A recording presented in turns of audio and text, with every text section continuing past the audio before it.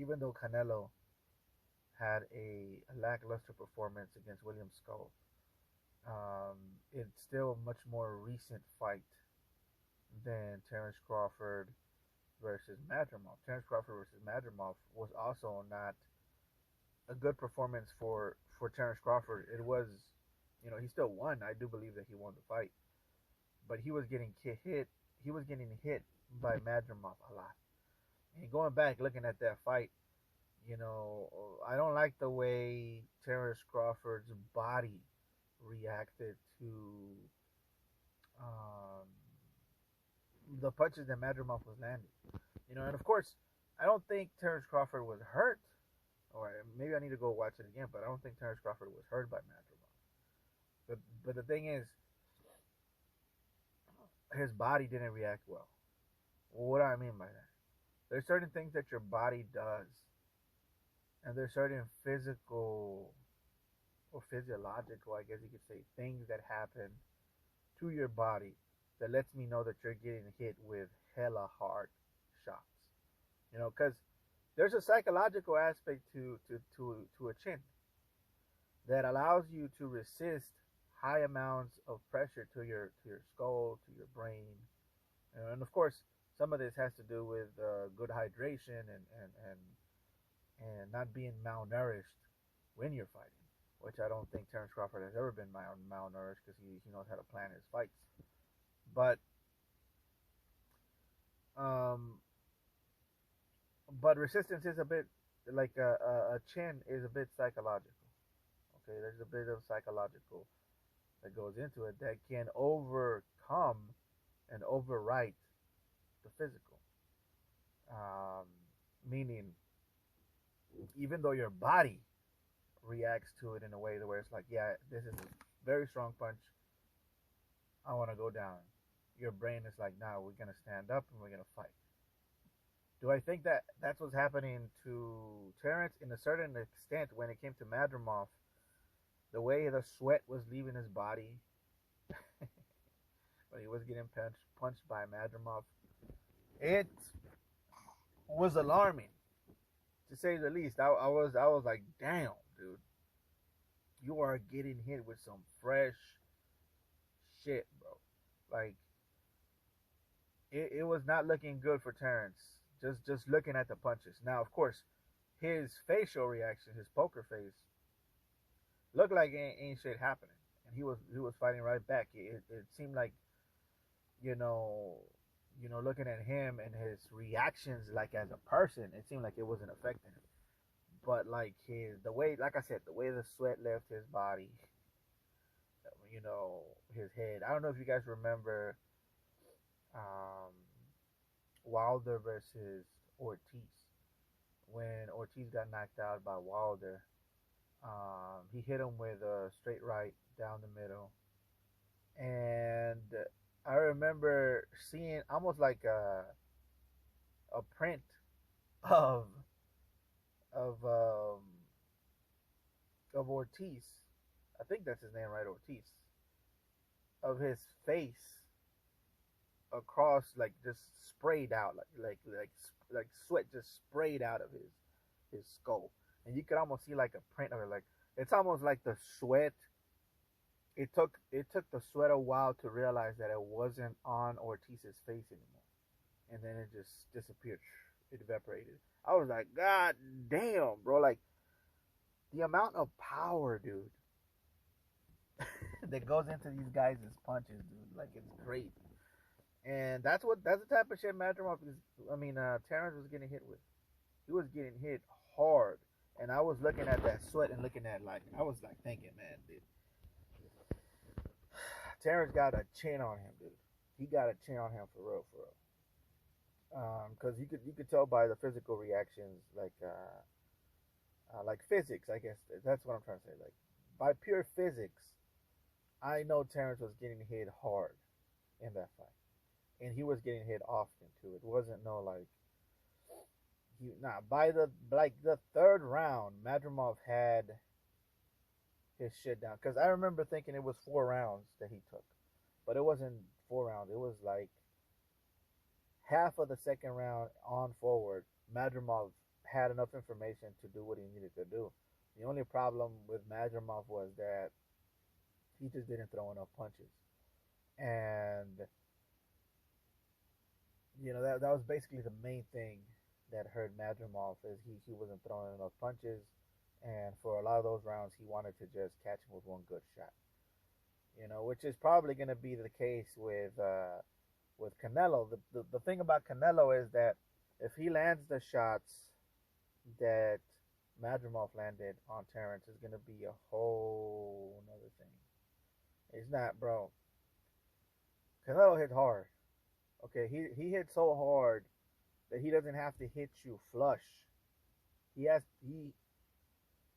the reason people run away from Canelo, okay, it's not because they're there to want a paycheck or whatever. It's because they feel somewhere around the first and second round, Canelo puts fear into his opponents by punching them in the arm, punching them anywhere. Just you block it, that's fine, block it. But even if you block it, you're gonna feel it. And I know this feeling because I sparred people a lot before, and sometimes you're in there with some big, strong guys that you could just tell, even if they don't make contact, you could tell by the whiff of the punch, the air, the way the air feels. Like this motherfucker got some strength on him. He got some punching ability. I remember one time I was fighting this one guy. We had put the gloves on, right? And I remember he did a flurry on me, and I blocked all that shit, right? Da, da, da, da, da, da, da, right? And me psychologically, this is what I mean psychologically. I was like, I'm good. But then as I relaxed my arms began to pulsate, like right. And I was like, what the hell? Why are my arms pulsating? Like, why am I feeling the on my arms? And I was like, this motherfucker hits so hard that my arms are telling me, yo, watch out for this guy. Like, your own body's gonna be like, yo, watch out for this guy. He's like, cause psychologically, fighters are like, nah, this ain't shit. But your arm's gonna be like, yo, this guy, he hits hard. If he hits you flush, it's over. If he hits you flush on the chin, it's over. You're not coming back from that. And I remember immediately after that happened, I started bouncing around, doing a little shimmy. I was like, no, we ain't gonna do that shit no more. Because what if one of them slips in? And that's what happens to the people that fight Canelo. They feel that shit. Even when they block it, they feel it in their arms. Their arms probably get numb. Because that's another thing that happens too. When they hit you too hard, sometimes your arms get numb. I'm serious. If you get hit hard enough in certain spots of your arm, you lose function of that arm for a while. Like, that's why when people say, oh, just do the shoulder roll, or just put your shoulder here and it's gonna block it. Nope, it's not like that. It's not that simple. You gotta parry that shit. You gotta bend some of that energy, because if you don't, you're gonna keep all that energy in your arm, and by the fourth round, you're not gonna be able to move that arm. So it's not as simple as just keeping your shoulder next to your chin. It's not that simple. There's a parry mechanic involved with the shoulder roll, and with most block techniques, be it a upright technique, if you use a mummy stance, whatever it is, there's parries that are involved with each type of guard in boxing. And blocking ain't gonna always do it, because blocking is gonna wear down your. Put it like this, because I like fighting games, right? You have a shield bar. Everybody's shield bar is different. Some people have a larger shield bar, and they could block a lot more things flush, meaning they could literally block your shit and they're fine, right? But even they have their bar wears down too over rounds going on. If that wears off, even if you block it, you're gonna feel it, and you're gonna be pushed back. You're gonna be right now. There's people that have guard breaks. Shout out George Foreman, R.I.P. he had one of the best guard breaks in the boxing game. Meaning, if you had a guard and you shelled up, he was gonna break through that guard with his punches or with his just aggression. He was like a juggernaut, right? So he could just push you back and break your guard for just a slight second in order for him to get in a good 1-2 combo and get you out of it. So the reason I'm talking about all this stuff is because you know Terrence Crawford is gonna feel stuff that he's never felt before, and we're gonna see what's gonna happen in his head. What reaction he's gonna do? Is he gonna fight? Like most people say, he's gonna fight, or is he going to get on this bike and run, you know, and leave it up to the judges and the people to defend him, like most other boxers do with Canelo. I mean, and that's the easy way out of it. That's the coward's way out of it, is to survive and then hope that the judges give you the decision and hope that the people defend you, like the way they defended Lara, like the way they defended all of the other guys that lost against Canelo, but the people believe that So, and listen, this is something that's been happening to Mexican fighters for a long time. It happened to Julio. He beat up a bunch of Olympians, and for the remainder of his career, people said no, those Olympians actually won. They were robberies. Shout out Pernell Whitaker, R.I.P. And shout out Medrick Taylor, also, I believe R.I.P. as well.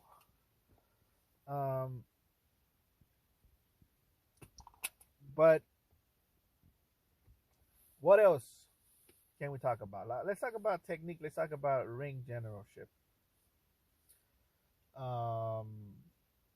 But first, let's talk about let's talk about technique. And I like to divide technique in or boxing abilities in three ways of attack, right? You got your preemptive, interceptive, and counters. So in the Art of War, in the book of Art of War, you get three ways of attack. You attack before your opponent attacks. That's preemptive. You attack as your opponent attacks. That's interceptive. And you attack after your opponent attacks, which is, you can call it guerrilla warfare, or within martial arts, you call it counterattacking. And so what are these two fighters good at? When it comes to Terrence Crawford, I believe he has the advantage in this area, all right, as opposed to Canelo. Because Canelo, especially in this last recent couple of years, he has based his whole style on being a counterattacker. Strictly a counterattacker. That's all he's been doing for about 4 or 5 years. Just counter. He uses the high guard, and it's a very stiff high guard. Sometimes it's active. I prefer an active guard, but sometimes he just stands there, ready to take shots. And then he counters with 1 or 2 good shots, sometimes 3, very rarely. And then he continues to do that until he breaks down his opponents and he starts adding up to the shots that he keeps landing on people. And that's what Canelo does basically. He's basically a counterpuncher. He has some interceptive abilities, but it's very minimal, and he doesn't search for those things. He doesn't risk it in the pocket. From what I could see, he doesn't really risk it in the pocket. A lot of people would like to think that because he's Mexican, but he doesn't really do that. He's in a mid range, sometimes even outside. He's trying to get to the mid range, but he doesn't want to get too inside. Okay, it's not his thing. But that's basically what he does. He's basically, I would say, like maybe 15% preemptive with his jab because he doesn't really use his jab that much either. So he uses your jab to measure and to move out of the way and set you up with good, big shots. So he's not that preemptive. And interceptive, he has maybe like one interceptive attack. But everything else, like 95% of his repertoire and his attacks come from counterattacking and come from walking you down and setting traps. So he's preemptive in that way, but it's still a counter. It's still considered a counter. It's kind of preemptive in the sense that the strategically, but it's still considered a counter if he sets you up. Um, Now, when it comes to Terrence, and this is where I think Terrence has an advantage because Terrence Crawford, he has very good preemptive attacks with his jab because he has a really good jab. Um, Off the bat, when he approaches a fight, whether he does it south, if he goes in there fighting you at your stance, meaning if you're a southpaw, he goes in there southpaw, or vice versa. If you're orthodox, he goes in there orthodox. That means that he thinks that he can bang with you, and he thinks that he can, you know, be in the trenches with you, and it's not gonna be that much of a risk because he thinks he overpowers you. He thinks he's bigger than you. He thinks he's stronger than you. There's pretty much nothing that he thinks that you could do against him, to beat him. And but if he goes in there and he fights Canelo southpaw, meaning the opposite of what Canelo is, that means that Terrence Crawford knows that he's not stronger, that he's not going to be able to take his punches, and he doesn't really want to risk it. So that's what I think Terrence is going to do in this fight. He's going to go in there southpaw, and he's going to try to stay away, try to fence with Canelo. And a lot of people are like, no, that's not what he's going to do. Terrence is different. From what I hear from Terrence Crawford's own mouth, is that he's going to try to stick and move. And Bomac says the same shit. They're going to try to do a lot of moving, a lot of strategic whatever. Right? And so that's the opposite of what the fanboys are saying. The fanboys are saying, "Oh, Terrence Crawford, he's going in there to stay in the pocket and shit like that." Now, the thing is, with Canelo, it's not about doing one or the other. In order to beat Canelo, you got to do both simultaneously and when you want to do it, not when the opponent wants to do it. You attack when Canelo's not ready, and you disengage or jam Canelo when he wants to engage. That's basically what you do. Now, the key is figuring out when he's going to do it, when he's not going to do it. That's the key. And it takes a very special type of fighter to do it. That's why only two people did it. They did it in different ways, but they did that same strategy was involved in both Mayweather and Bebo's strategy. The only difference is that Bebo did it with a lot more energy and a lot more in and out techniques, and Mayweather did it with switching from flat-footed techniques to pendulum techniques, to being on his toes, and those two things was throwing off Canelo Alvarez. That's really the only difference, but it's the same strategy, and that's what Terrence Crawford has to do to beat Canelo Alvarez. The thing is this, the problem is this: Terrence Crawford is putting on a lot of weight, and boxing, like every other sport in the world, but a little bit more extreme, is a sport that you have to train for specifically. Meaning, if you think that you're going to spar, or even if you think that you're going to run, or whatever the fuck you think you're going to be doing, if it's not boxing, you're not going to be ready for boxing.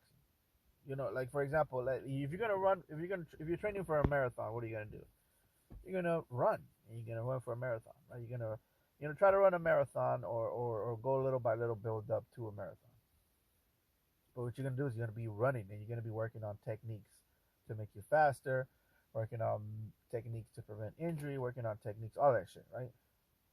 But you gotta run, and eventually the test is gonna be for you to do the marathon, right? So that on the day of, you'll do it easy because you're used to your weight, you're used to running, you're used to doing it. Terrence Crawford is not doing that. Terrence Crawford is doing a bunch of other stuff that involves him making the weight, and he's not really doing the fighting. He's not really doing these specific things he needs to do. So he's not going to be used to it. And when he gets in there, he's going to feel different. His punches are not going to be as snappy. His movement is not going to be as fluid. Um, and more than anything, he is going to gas out faster than ever before. He's going to gas out. And he's going to feel tired. He's going to feel like he doesn't want to be in there. He's going to get a hit, and his body's not going to react the same way because his nervous system isn't acclimated to the new weight. So his body is going to be not wanting to be there. Okay, even though him psychologically and his macho mentality is going to be like, nah, I can do this. His body's not going to want to do this. So that's the advantage that Canelo has. Canelo has more time in this weight class. He has more experience fighting bigger, stronger opponents. And he's not really going to be feeling a lot of what Terrence does. Um, you know, but getting back, that's an advantage for Canelo. But getting back to the advantage for Terrence Crawford is in his technique. Like I said, the three forms of attack, Terrence Crawford is good at more of them. Meaning, he is good at preemptive, he's good at countering, but he's also good at interceptive attacks. So interceptive attacks is a very neglected part of the martial arts, and this is why I got to give a shout out to Bruce Lee, because Bruce Lee knew that. Bruce Lee knew that in most martial arts, including Wing Chun, which he studied, and including boxing, which he loved, they weren't very good at interceptive abilities. The interceptive abilities were missing from most martial arts. And it's not that they didn't have interceptive abilities, but it's that it was just neglected. You know, and what I mean by that is, like, when you go to most martial arts, they'll teach you block here and throw a punch here. You know, throw a punch there, block here.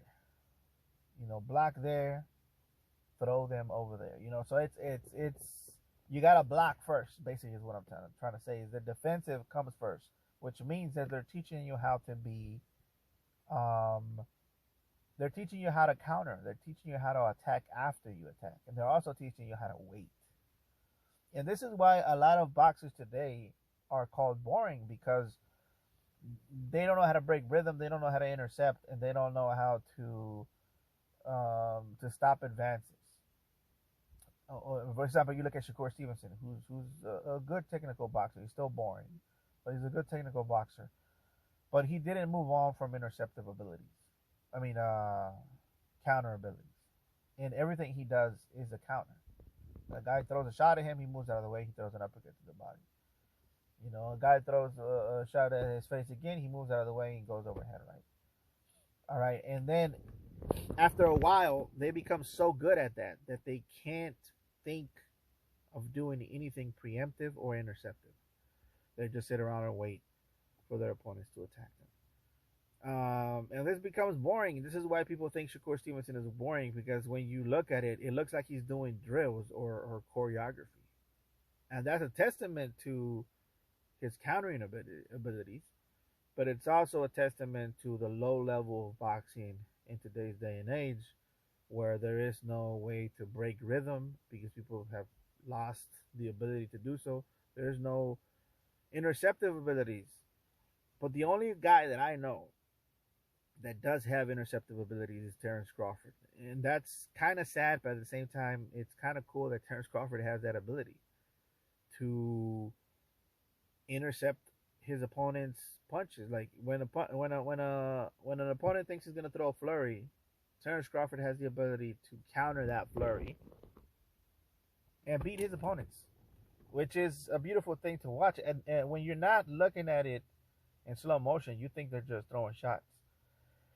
Sometimes you gotta slow down Terrence Crawford in order to appreciate the fact that he's um, catching these guys in between punches, and sometimes he's able to not get hit himself. So um, yeah, so shout out Bruce Lee. You know, he tried to get boxing techniques and Wing Chun techniques and other techniques from other martial arts and emphasize the interceptive abilities of all of these martial arts. And I think that's pretty cool. If you look at Terrence Crawford versus Errol Spence, you're gonna see a lot of interceptive techniques. You're gonna see a lot of counters and a lot of preemptive attacks. All of that put together is what makes Terrence Crawford what he is. You know, he's that good. Um, Canelo Alvarez, like I said, he only relies on counters. You know, and it's not just him. It's like I said, it's 95% of boxers today, if not even more, that only focus on counters. And this is why there's a lot of waiting involved. Because if you're thinking of counters, and I'm thinking of counters, we're both going to be waiting for the other one to make the first move. But anyways, that's pretty much my analysis of strengths and weaknesses. I would do want to talk about coaches. You know, I think both of these guys have great coaches, but I'm gonna give the edge to Eddie Reynoso.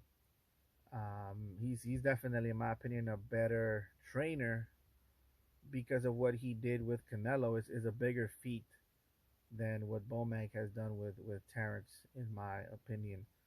Um, I think Canelo being as small as he is, and you could even see it in this picture. You know, he's smaller, probably even than Turkey. I know Turkey has a hat, but he's about the same size as Turkey. Terrence Crawford, way bigger than Canelo.